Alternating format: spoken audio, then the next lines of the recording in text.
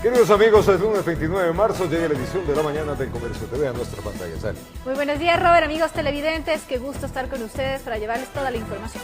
El Comercio está ya en circulación en su edición impresa. Los principales titulares, si usted puede revisarlos, son los siguientes. La CNT tiene una cartera vencida de 501 millones. La Semana Mayor empezó con fe. El COE de Guayaquil aprobó 11 medidas por el COVID-19. La hotelería sí es un buen negocio en 2 provincias. Esos son los títulos más importantes del Comercio en su edición impresa, que ya está en circulación en todo el país. Vamos de inmediato con la información y en el teléfono incautado a Sebastián Yunda, hijo del alcalde de Quito, se revelarían conversaciones con funcionarios, empresarios y familiares cercanos sobre temas relacionados a la administración municipal. Por su parte, Jorge Yunda asegura que no va a poner las manos en el fuego por nadie. Tras las pericias realizadas al teléfono celular del hijo del alcalde incautado durante el allanamiento al domicilio del burgomaestre capitalino, diligencia por el caso de presunto peculado por la compra de 100.000 pruebas COVID que realizó el municipio, Fiscalía habría hallado conversaciones de Sebastián Yunda con familiares cercanos, funcionarios del municipio y empresarios sobre posibles negocios y temas relacionados con la administración municipal. No voy a poner la mano absolutamente en el fuego por nadie, ni por familiares, ni amigos, ni compadres, ni funcionarios. Yo respondo por mis actos. Según el alcalde Jorge Yunda, está analizando qué autoridades municipales habrían participado en las reuniones que se mencionan en los chats. En un museo de Quito se realizó una reunión de gabinete a la que acudieron todos los funcionarios. Yo tengo prohibido a los funcionarios míos de que reciban llamadas de familiares. En ese contexto también casa adentro estoy analizando quiénes estuvieron y se verifica esa información. Hasta el momento no me han dicho que se ha concretado ninguna de esas cosas que están escritas o que se me han hecho llegar. En las conversaciones se evidenciaría que el hijo del alcalde estaba al tanto del contrato de las pruebas COVID y que conocía sobre la calidad de los reactivos de origen coreano. En un chat con un familiar dice lo siguiente. Para colmo, las pruebas son falsas. Los chats dicen que son falsas las pruebas. No son falsas las pruebas, en absoluto. En el intercambio de mensajes sale a la luz que Sebastián Yunda aparentemente solicitaba a una funcionaria de la Secretaría de Salud que le ayude con la toma de pruebas de diagnóstico para un grupo de allegados. Estefi, un gusto saludarte primero. Tengo unas personas allegadas que quieren hacerse la prueba. Quería saber si puedo enviártelos o cómo es el procedimiento para realizarse, porfa. Decisiones circunstanciales que a lo mejor fueron justificadas y que se decidió tomar esas pruebas. En otro chat, el hijo del alcalde mantendría una conversación con un familiar cercano de la gerente del Metro de Quito. Ninguna incidencia de ningún familiar ni amigo personal mío ha tenido injerencia en las decisiones respecto de la empresa pública. En exactamente un mes será la audiencia preparatoria de juicio por las pruebas COVID, en el que está vinculado el alcalde de Quito y otros 13 funcionarios más. Informó Priscila Cadena. Así también a través de su cuenta de Twitter, la secretaria de Salud de Quito, Jimena Abarca, publicó que la funcionaria con cargo de libre remoción de esta entidad, señalada en los últimos días en varios chats difundidos por medios de comunicación que son de conocimiento público, el día 27 de marzo del presente año fue separada inmediatamente de su cargo. Mientras tanto, que el ministro de Economía, Mauricio Pozo, argumentó que acudirá a la Fiscalía las veces que sea necesario para rendir su versión por las investigaciones de supuestas irregularidades en el plan de vacunación en la fase 0.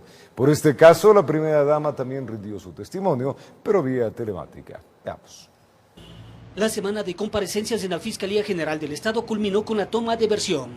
Libre y voluntario Pozo, ministro de Economía. El secretario de Estado fue escueto en su declaración a la salida de la diligencia legal.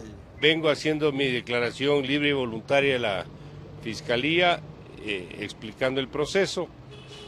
Vendré las veces que sean necesarias, aquí no hay absolutamente nada que ocultar. El abogado Pedro Crespo defiende a Pozo. De igual forma prefirió ser cauto en su pronunciamiento.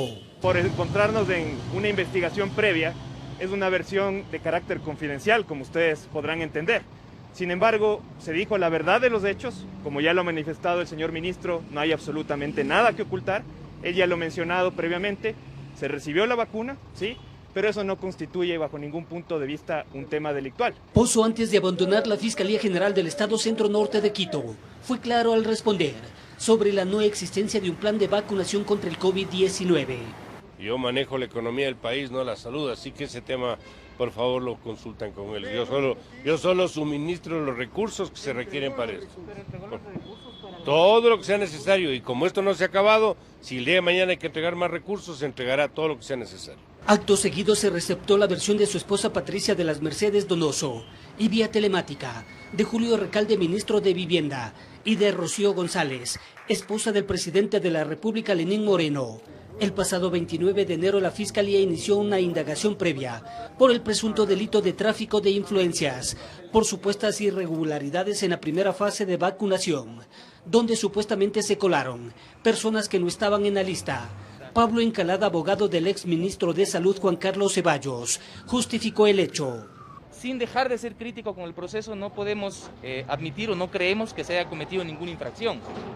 Es importante que la ciudadanía conozca que la vacuna es un derecho universal, un derecho al cual van a acceder todas las personas en el Ecuador, y que respecto del proceso de vacunación no hay ninguna norma, acuerdo ministerial, reglamento, nada que diga cómo proceder, es decir, cuál es el orden que se debe vacunar. Denominada vacunación VIP, que ha puesto en apuros a varios ministros y personalidades del país, informó Héctor Romero. Y la Comisión Anticorrupción plantea comprometer a los candidatos a la presidencia y dar seguimiento a los delitos judicializados por corrupción. Ciudadanos y expertos mantienen que la corrupción es una problemática latente en la propia sociedad. Las personas aseguran que la pandemia dejó ver la peor cara de la sociedad, mezquina que persigue sus intereses sobre cualquier valor ético. Ya no tiene remedio.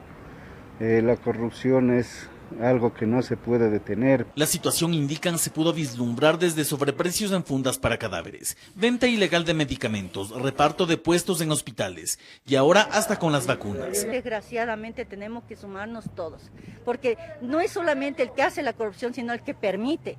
Y nosotros hemos permitido. Ante esto, la crítica y malestar de la ciudadanía está a la vista. Crecemos con eso.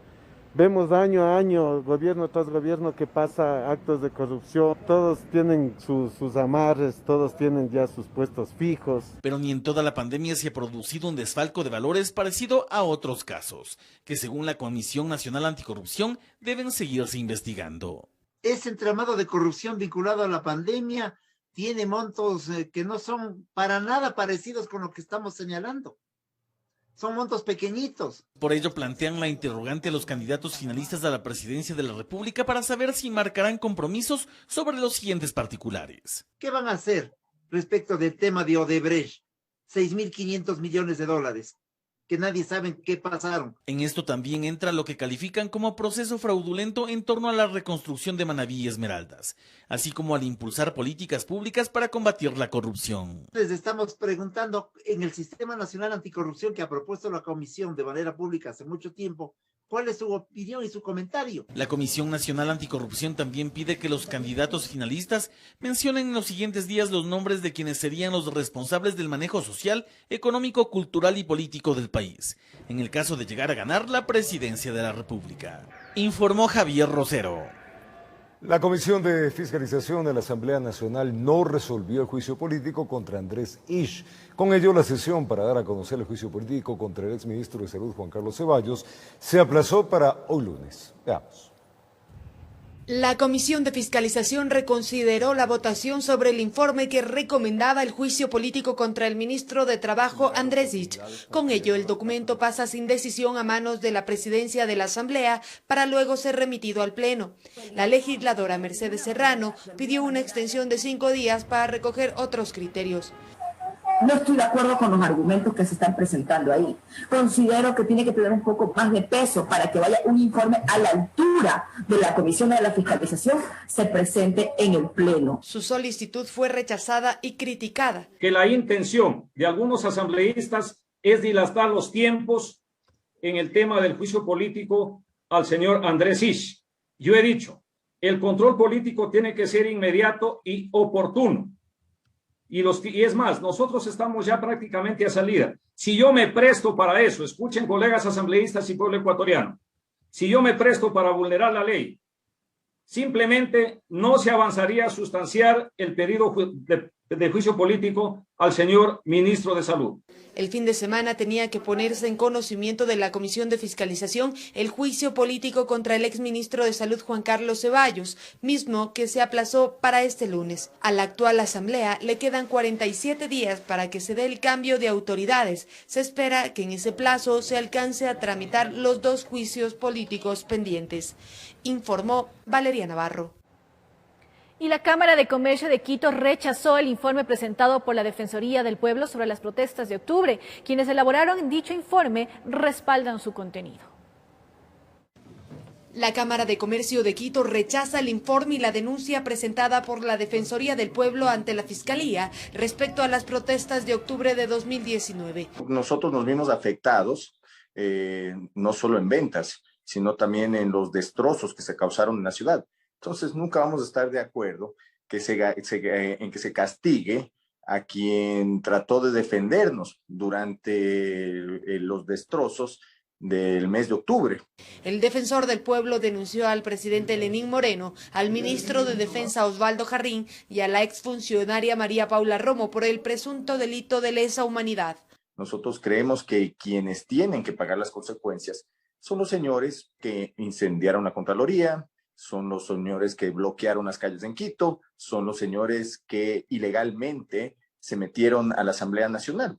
Ellos son los que deberían ahorita pasar por un proceso en la Fiscalía. Sibel Martínez, presidenta de la Comisión de la Verdad que realizó el informe, hace una diferenciación entre la vulneración de derechos y delitos comunes. Indica que actos como la quema de la Contraloría se encasilla en lo siguiente. Esos corresponden a delitos comunes que deben ser investigados por Fiscalía, que de hecho durante el paro ya fueron investigados.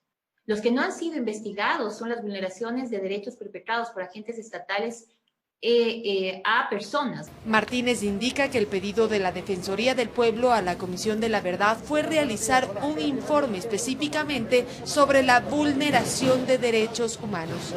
No negamos el que hayan existido, sabemos y condenamos, por ejemplo, esta violencia sexual que sufrieron las mujeres policías en manos de manifestantes.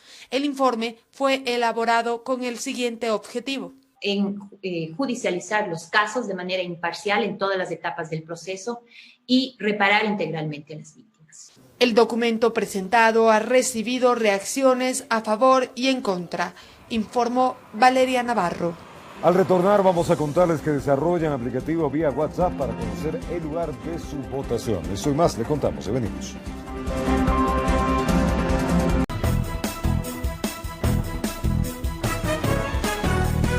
Continuamos con más información. Son varias las opciones digitales que los ciudadanos tienen para conocer su lugar de votación en las próximas elecciones del 11 de abril. Conozca de qué se trata en la siguiente nota. De cara a las próximas elecciones presidenciales del domingo 11 de abril, Ricardo y Jorge, 2 jóvenes emprendedores, desarrollaron una innovadora herramienta tecnológica que permite conocer el lugar de votación a través de WhatsApp en tan solo segundos. En la primera vuelta de las votaciones, había mucha gente que se aglomeraba en los sitios de información y hacía fila para consultar su lugar de votación, es decir, desconocían. Aseguran que este servicio es totalmente gratuito y con fines sociales. Otra de las ventajas es que WhatsApp es la red de mensajería más grande del mundo y más usada por usuarios de todas las edades. Únicamente se debe registrar entre sus contactos al número 093-9801-898, enviar un WhatsApp escribiendo su número de cédula y en pocos segundos llegará la información de su recinto electoral a su celular. Pero mucha gente tiene entre sus planes, ya sea prepago o postpago, WhatsApp ilimitado, por lo tal no tiene esa limitante de que tienes que gastar internet adicional para poder consultar.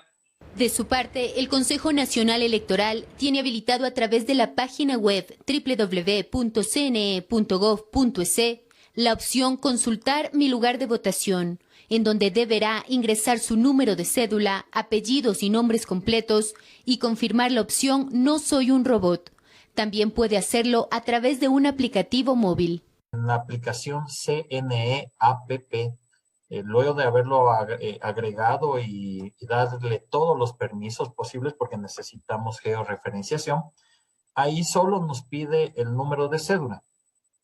Con el número de cédula ingresamos en el APP, inmediatamente nos entrega la información de dónde votamos. Además, desde la institución informaron que en los próximos días el aplicativo móvil también contará con la opción de revisar el conteo de votos en este balotaje 2021, informó Caterine Aguirre.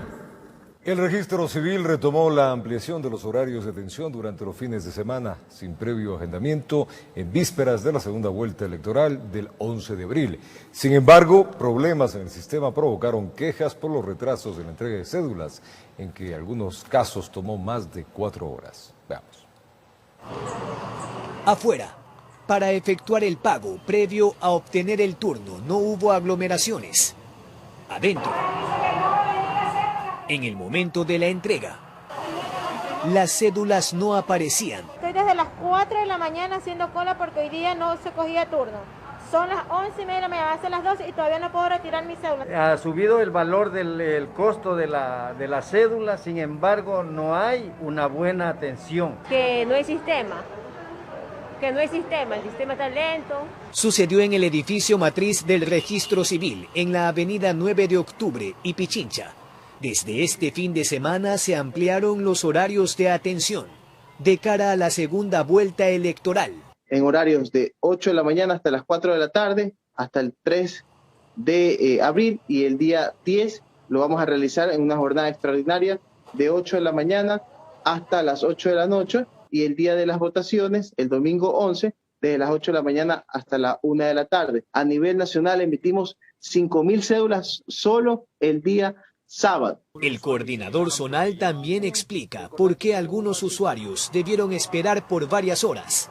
Son intermitencias del sistema, dice, por la transición hacia la cédula digital. Antes, con el SURI, hacíamos el sistema Magna, el sistema AVIS, que era un sistema, AFIS, que era un sistema solamente de huellas. Ahora también se hacen las validaciones faciales con el proyecto de AVIS. No obstante, la ley ampara a los ciudadanos que no alcanzaron a efectuar el trámite. Podrán votar con la cédula caducada, informó Jorge Escobar. Y la gerente del Banco Central del Ecuador, Verónica Artola, aclaró que el candidato presidencial Andrés Arauz no habría sido despedido de la entidad, sino desvinculado a través de la compra de su renuncia obligatoria.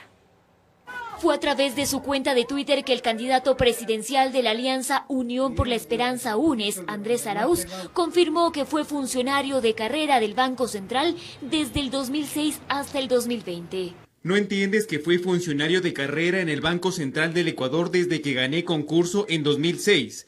En 2017 me fui, con licencia sin sueldo, a estudiar el doctorado en México. Y en 2020, como a miles de otros servidores públicos, mientras estudiaba, Moreno me despidió. Fin. Me fui despedido, sin ninguna razón.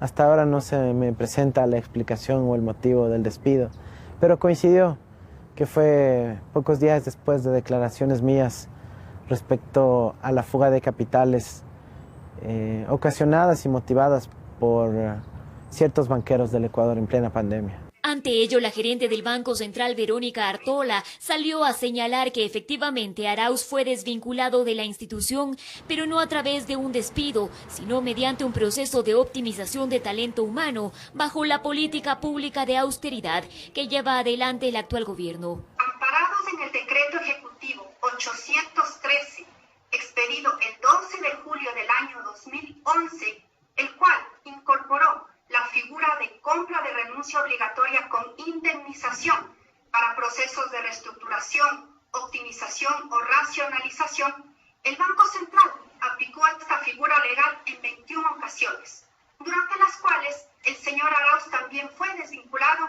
en el año 2020 en el mes de mayo. Aunque no detalló el monto con el cual habría sido indemnizado por la compra de su renuncia, sí ratificó que efectivamente se le concedió una licencia por estudios. En el año 2017 pidió una licencia sin remuneración por estudio por el lapso de 4 años. En Quito informó Adriana Rojas. Los candidatos finalistas Andrés Arauz y Guillermo Lasso realizaron varias actividades durante este fin de semana. Arauz se reunió con la Federación Nacional de Taxistas en Riobamba y Guillermo Lasso visitó comunidades amazónicas. Veamos. En un encuentro con la ciudadanía en el malecón de Puyo, Pastaza, Guillermo Lasso se comprometió a reivindicar los derechos amazónicos. Estoy de acuerdo con usted que el Estado ecuatoriano ha olvidado a aquellos héroes que defendieron la heredad territorial. Téngalo por seguro que en nuestro gobierno reivindicaremos esas victorias. De manera paralela, el asambleísta de Creo, electo por Guayas, Guido Chiriboga, lideró un encuentro con el Frente de Ganaderos del Litoral, organizaciones sociales y campesinas. Guillermo Lasso está promoviendo también que vuelvan las escuelas rurales a funcionar. Y eso para nosotros los campesinos es de suma trascendencia. Mientras, Andrés Arauz estuvo en la capital de Chimborazo, donde ofreció congelar los precios de los combustibles ante la Federación Nacional de Taxistas. Para todos quienes tienen deudas actualmente, para que no sea una cuestión de acuerdo entre las partes, a ver si el banco buena gente nos da un chance, no. Tiene que ser una reestructuración obligatoria. Después estuvo en Cayambe. Allí dijo que el agro y el agua serán prioridades si llega al Palacio de Carondelet. Que vamos a declarar al riego en emergencia para poder liberar los recursos públicos, para que el dinero fluya, para que haya crédito a los gobiernos provinciales. Quedan 11 días de campaña para el 11 de abril, informó Jorge Escobar. Y el proyecto de ley en defensa de la dolarización propone la creación de dos juntas, la monetaria y la financiera. Las mismas reemplazarían a la superjunta que existe actualmente. Por tercera ocasión, el proyecto de ley en defensa de la dolarización fue enviada por el Ejecutivo a la Asamblea Nacional. La misma trata en su contenido lo siguiente. Lo primero que está haciendo es prohibir que el Banco Central entregue créditos al Estado o a la banca pública, porque eso es creación de dinero sin respaldo. El proyecto plantea un cambio de estructura con la creación de dos juntas, la una monetaria y la otra financiera. La Junta Monetaria es la que va a manejar todo lo que tiene que ver con la política monetaria, que se resume fundamentalmente en el manejar la cantidad de liquidez que hay en la economía. La segunda manejará las políticas crediticias y financieras. Eso tiene que ver con todas las medidas prudenciales que se toman para efectos de que el sistema financiero global tenga solidez, tenga liquidez, se mantenga en equilibrio, se mantenga de una manera sana. Cada junta estaría conformada por 5 miembros, 2 de tiempo completo y 3 de tiempo parcial. Los postulantes deberán cumplir con los siguientes requisitos. Tener 10 años de experiencia en el tema, y los 10 años de experiencia no tienen que ser en el sector privado. Los 10 años usted los puede haber tenido en el sector público. El proyecto normativo también indica lo siguiente. Las personas, una vez posesionadas, no pueden ser removidas porque a alguien se le ocurrió que debe ser removido. Tiene que incumplir con una de las causales el presidente de la República o el 25% de la Asamblea puede pedir la remoción de uno o de todos los miembros. El proyecto de ley deberá ser analizado por el Consejo de Administración Legislativa CAL para que pueda empezar su tratamiento. El mismo forma parte de uno de los acuerdos alcanzados entre el gobierno con el Fondo Monetario Internacional, informó Valeria Navarro. Más de 11.000 docentes jubilados en todo el país estarían pendientes de recibir sus montos por jubilación. Así lo explicó la delegada del Ministerio de Educación en la Comisión de Educación de la Asamblea Nacional. La funcionaria explicó que los haberes pendientes se han cumplido conforme lo establecido y que se dejará programado para que se sigan realizando los pagos con el próximo gobierno. Veamos. El informe del Ministerio de Educación a la mesa legislativa destacó que son más de 15.000 docentes jubilados los que han recibido alrededor de 774 millones de dólares como parte de los pagos a sus reconocimientos jubilares que el Estado mantenía pendiente.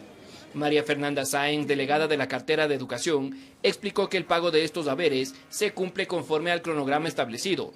Vamos a hacer una transición ordenada para que esto quede completamente transparente y están en bases completamente organizadas que los maneja la Dirección Nacional de Talento Humano en el Ministerio de Educación. Dijo también que la cifra de maestros jubilados que se encuentran pendientes para recibir su pago sobrepasaría los 15.000 docentes, pero que las coordinaciones con los Ministerios de Finanzas y Trabajo garantizarán que estos rubros sean entregados. Lo que podría parecer un incumplimiento al acta no es un incumplimiento, es únicamente un retraso. El presupuesto existe. La asambleísta Teresa Benavides enfatizó que desde la comisión se solicita el compromiso de los ministros de gobierno para que envíe el cronograma y la financiación del mismo para garantizar los pagos pendientes. Yo en este momento pido que se nos envíe un documento diciendo para cuándo los maestros van a recibir su incentivo. Por su parte, la asambleísta Silvia Salgado destacó que es una obligación de las carteras de Estado pertinentes planificar los pagos a los jubilados y futuros jubilados para no caer en retrasos y acumulaciones a las deudas. Porque esto no es un tema de gobierno, esto es un tema de derechos, de cumplir con la Constitución y con la ley. Concluyeron exigiendo a los ministerios de Finanzas, Educación y Trabajo se establezca un cronograma y hoja de ruta para que el Estado se iguale en los montos adeudados. Informó Mauricio Sánchez. Vamos a una pausa comercial. Al retornar les contamos que ante el incremento de casos de COVID-19 en el país, el COE Nacional ha dispuesto nuevas medidas de restricción. Le contamos cuáles son al volver. Es tiempo de ir donde está Diana Rojas, en el Hospital IES Quito Sur, para contarnos sobre la situación en este hospital en momentos en que la pandemia se incrementa en la ciudad. Adriana, buenos días. Adelante, por favor. Robert, amigos televidentes, muy buenos días. Así es, acá en el Hospital IES Quito Sur la situación es muy lamentable. Esta casa de salud se encuentra al 145% de su capacidad, más de 60 personas esperando unidad de cuidados intensivos. Durante este fin de semana se registró un panorama lamentable, llegaron a picos muy altos. ¿Cuál es la situación a este día lunes? Nos va a contar precisamente el gerente de esta casa de salud, Álvaro Gaibor. Gracias por acompañarnos. Coménteme acerca de las cifras. ¿Cómo está hoy el hospital? Buenos días. Buenos días, Adri, ¿cómo estás?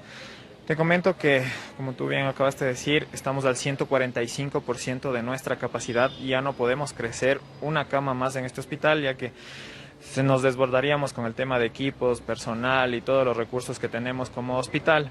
Tenemos ahorita 427 pacientes hospitalizados, tenemos 40 pacientes a la espera de una asignación de una cama. Ellos están esperando, es lo que vimos el fin de semana, que estaban incluso en sillas, en el piso, en colchonetas. Estos pacientes tienen que esperar 48 a 72 horas en esas condiciones. Y si es que la gente no toma conciencia, no toma responsabilidad, van a tener que venir a esperar ese tiempo o más y en peores condiciones, hasta cuando nosotros tengamos abastecimiento del tema de tomas de oxígeno. Como tal, oxígeno, el gas tenemos, pero las tomas ya no tenemos, y ya para no colapsar nuestro sistema del hospital. Ese es el panorama que se encuentra en este momento. En tema de camas de UCI, estamos con 49 pacientes en UCI y tenemos 60 pacientes a la espera de una cama de UCI. Recordemos que este hospital se ha ampliado hasta más no poder. La cafetería, se ha instalado también carpas en los estacionamientos. Esto ya no se puede ampliar más. Efectivamente, ya es lo último que teníamos como planes de ampliación. Nosotros, incluso para poder levantar a todos los pacientes que estaban esperando en el piso, en la última carpa hicimos un área de hospitalización. Eso es lo que podemos llegar, pero en el transcurso de estos días siguen llegando la gente, entre 200 a 250 personas a diario a nuestras carpas de sistema de sintomatología respiratoria, y ellos cada vez vienen más graves y requieren oxígeno todos los pacientes que están llegando. En este momento nos encontramos dentro del área de emergencia. estas habitaciones donde estábamos en este momento antes eran consultorios y hoy, como podemos ver, se han convertido ya en prácticamente camas de hospitalización con personas que se encuentran hospitalizadas. Vamos a conversar con el doctor Francisco Mora, nos va a contar acerca de en qué condiciones llegan ahora los pacientes. Ya no llegan solo personas de la tercera edad. Buenos días. Buenos días, ¿cómo vamos? Sí, en verdad estamos en un proceso bastante complejo. La gente que está llegando es gente en grupos etarios productivos, 20 a 49 años, gente joven que sale a trabajar, que sale a laborar y evidentemente al tener un virus de contagio comunitario, pues estamos viendo, estas personas se quedan en casa, no hacen caso a sus síntomas, signos y evidentemente llegan complicados. Un mayor número de pacientes complicados que van llegando evidentemente genera una estancia hospitalaria prolongada y una menor cantidad de egresos. Por tanto, podemos tranquilamente encontrarnos ante una saturación hospitalaria como la que vemos. Si comparamos este momento con el momento anterior, un 2020, estamos viendo realmente un hospital centinela con una mayor cantidad de camas hospitalarias disponibles, en donde con una saturación casi al 140%. ¿Qué quiere decir esto? Que no solo tengo una lista de espera de unidad de cuidados intensivos como lo habíamos visto, sino que también tenemos una lista de hospitalización para espera de cama, es decir, que los pacientes de la emergencia se están quedando en la emergencia con el objetivo justamente de tratar de tener una atención sanitaria, pero estamos bastante complicados. Doctor, me comentaba el gerente, entre 250 a más personas día en el área de emergencia con síntomas. ¿Cuántos de ellos necesitan hospitalización? En realidad, cuando estamos hablando de todo este asunto, es complejo, ¿sí? El promedio de pacientes que ingresan a la emergencia, estamos más o menos en 270 pacientes días en este momento. Es decir, un aumento del 20% de la semana anterior. De estos, el 40% tiene que quedarse en hospitalización como tal, y al quedarse en hospitalización nos complicamos, porque ahí es donde no tenemos camas hospitalarias, se quedan en la emergencia, categorizamos a los pacientes en leves, moderados o graves, o en realidad verdes, amarillos y naranjas, y lógicamente comienza a aumentar todo esto. Lo que estamos viendo, por ejemplo, ahora es ya un sitio de críticos dentro de la propia emergencia. Con esto realmente es bastante complejo. La situación hospitalaria es crítica y sin una responsabilidad social como la que estamos viendo, realmente esto se pondrá bastante severo. La mortalidad puede aumentar no por la falta de atención sanitaria, sino porque realmente ya no existen tomas de oxígeno para una patología que necesita oxigenoterapia para tratar de mejorar. Ya que tocó el tema, ¿cuál es el índice de mortalidad al momento? La mortalidad como tal del virus sigue siendo un 0,65%, pero esa es la mortalidad del virus como COVID-19, como SARS-CoV-2. La mortalidad como complicaciones puede elevarse hasta el 70% en caso de estar en unidad de cuidados intensivos. Esto va a depender de la persona y ahí es donde importa entender que no es la cuestión de qué edad tengo. Si tengo 90 años me voy a empeorar. No, realmente si tengo 24 puedo intubarme tranquilamente y es del grupo etario que realmente está complicado. Por tanto, la mortalidad es compleja y si la gente sigue llegando en esta magnitud y no tengo cómo garantizar una toma de oxígeno, realmente ahí sí podemos caer en una mortalidad mucho más grande a niveles que nunca se ha visto en un hospital Quito Sur. Actualmente al día, ¿cuántas personas fallecen? Al día estamos en una media de 5 a 6 pacientes, que es más o menos de acuerdo a la experticia de los médicos que se ha atenuado a lo largo del tiempo para tratar de controlar esta enfermedad, pero siempre garantizando una toma de oxígeno. Sin una toma de oxígeno probablemente los picos de mortalidad aumenten. Muchísimas gracias, doctor, por esta valiosa información. Así es, el hospital, como ya lo dijeron las autoridades competentes, es crítica la situación. En este momento existen ya varias personas esperando, lamentablemente, una cama, poder subir a las camas. Hay personas ya precisamente en esta área que están esperando en las sillas, que están esperando en colchonetas en el suelo, y es un panorama lamentable. Así que nosotros no nos cansaremos de seguir insistiendo a las personas, el control de las medidas de bioseguridad, tomar conciencia. También las autoridades del hospital temen por lo que puede ocurrir en los próximos días, pues recordemos que estamos a puertas de un nuevo feriado y también a puertas del nuevo proceso de elecciones este 11 de abril. Así que, Robert, con este panorama en esta casa de salud, más de 60 personas esperando unidad de cuidados intensivos, 40 personas esperando en diferentes áreas una cama para poder precisamente mejorar su situación. Con esta información regresamos con ustedes. Buenos días. Hay que cuidarse el estado, cómo está el resumen de una de las unidades de cuidado del hospital Quito Sur. Vemos que estamos sobrepasados, hay que cuidarnos. El tema en el país realmente preocupa no solamente pues a las autoridades, sino que es la responsabilidad ciudadana que debemos tener. Ali.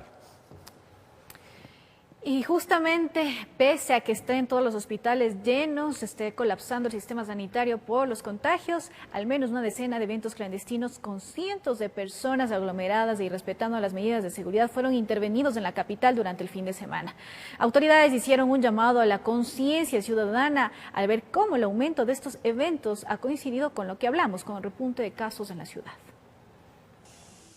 La situación en Quito sigue en su punto más crítico de los últimos meses. Los hospitales se encuentran al más de 100% de capacidad y las unidades de cuidados intensivos ya no dan abasto para tanto paciente que se encuentra a la espera de una cama UCI. Pero aún así, la ciudadanía sigue asistiendo a reuniones, fiestas e incumpliendo las medidas de bioseguridad. Encontramos un alto número de libadores, en lo cual nosotros hemos procedido a levantar los autos de inicio respectivos. El pasado fin de semana, los funcionarios de la Agencia Metropolitana de Control y la Intendencia de Policía de Pichincha intervinieron más de 10 eventos clandestinos en toda la ciudad. En el sector de Tumbaco, alrededor de 400 personas fueron desalojadas de un inmueble en donde se encontraban bailando, festejando e ingiriendo bebidas alcohólicas indiscriminadamente. Hemos estado haciendo recorridos en las 9 administraciones zonales con patrullas móviles de reacción con denuncias del ECU 911 y sobre todo la digitalización que tiene la Agencia Metropolitana de Control con denuncias que estamos recibiendo constantemente en línea. Bares y fiestas en domicilios también vivieron la visita de las autoridades, quienes mientras realizaban sus labores fueron agredidos con varios insultos y amenazas por haberles aguado el festejo. Estamos con el COVID, todito estamos con el COVID. Hemos encontrado expendio de altas cantidades de alcohol en las cuales personas están completamente inconscientes dentro de estos lugares. La indisciplina ciudadana sigue siendo el punto de preocupación para las autoridades. Solo basta ver cómo estos eventos se han vuelto focos de contagios masivos, ya que según las cifras del Ministerio de Salud, desde el pasado 28 de febrero hasta la fecha se han registrado más de 11.000 casos de pacientes de COVID-19 en la capital, informó Mauricio Sánchez. Preste atención, el presidente de la República, Lenín Moreno Garcés, a través de su cuenta de Twitter, anunció las nuevas medidas adoptadas por el COE Nacional para hacer frente a la pandemia del COVID-19. Esto a pocos días del feriado de Semana Santa. Las resoluciones adoptadas son las siguientes: restricción de circulación vehicular en livianos en vías nacionales con control de placas desde las 12 a.m. hasta las 12 p.m. Prohibición y venta de consumo de alcohol desde las 6 de la tarde los días 2, 3 y 30 de abril y sábado 1 de mayo. Se solicita al COE cantonal el cierre de playas los días 2, 3 y 4 de abril. Los eventos masivos de toda índole están suspendidos.